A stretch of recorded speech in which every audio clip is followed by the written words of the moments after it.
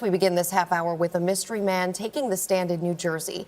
It happened yesterday during the trial of Erin Moriarty, the former Rutgers University student accused of spying on his roommate who later committed suicide.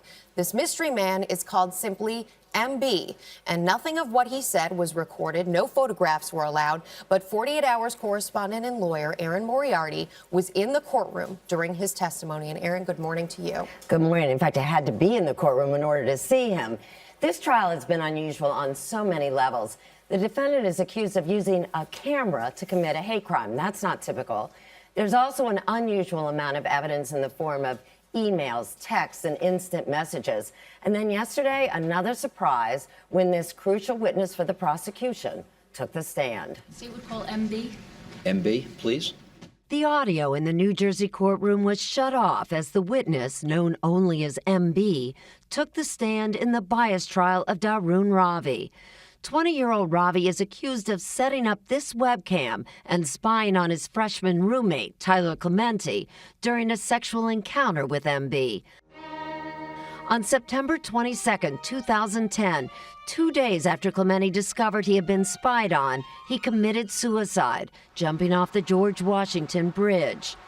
In court, MB was protected like an alleged victim of a sex crime. Only his hands were allowed to be photographed. The witness, dressed neatly in a blue and white striped shirt, appeared to be in his late 20s or early 30s. He testified that he had met Tyler Clementi online and that he visited the student in his dorm room 3 times. During the second visit on September 19th, he said, quote, "While we were intimate together on the bed, I glanced over my shoulder and noticed a webcam that was faced toward the direction of the bed, and I thought it was just kind of strange. Being in a compromising position and seeing a camera lens just kind of stuck out," he said. And when he left the room, he noticed a group of about 5 students. "I definitely got the impression that they were looking at me," he said, and told the court that he found it, quote, "unsettling." Someone hid a camera in a place that you expected to be private, and they took a video of you and then showed it to other people. How would you feel?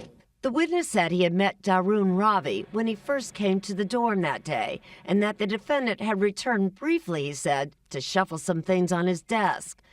Prosecutors accused Ravi of photographing the sexual encounter because of a bias against gays.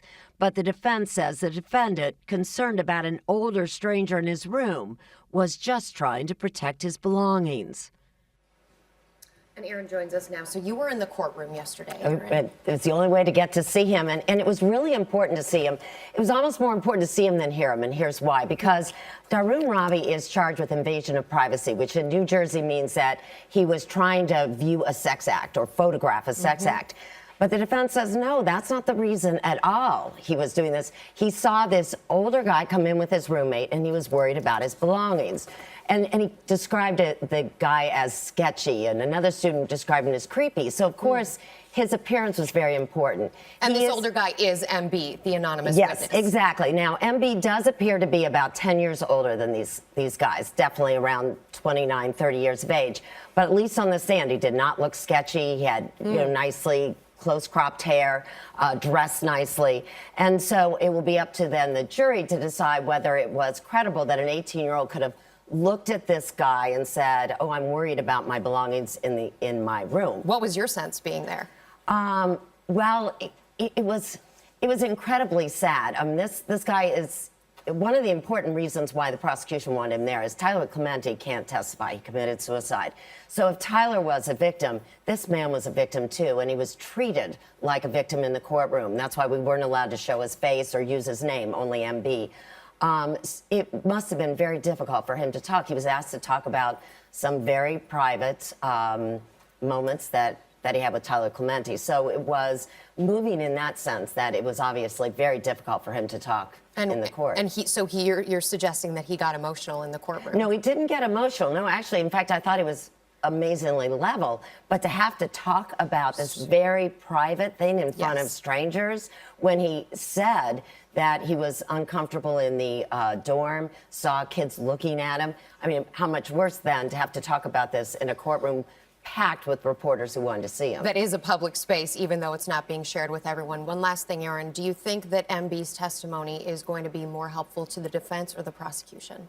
Well, it's really interesting. Yes, of course it helped the prosecution, but the defense was very effective in the cross-examination, saying, if you really want to have a private moment with Tyler Clementi, why would you choose to meet him in a crowded dorm when there are students up all hours who clearly saw him come in and go out? And I thought the defense was very effective in that. Many layers to all of this. Erin Yes. Moriarty, thank you for sharing them with us. Erin Moriarty, 480 Hours correspondent and attorney.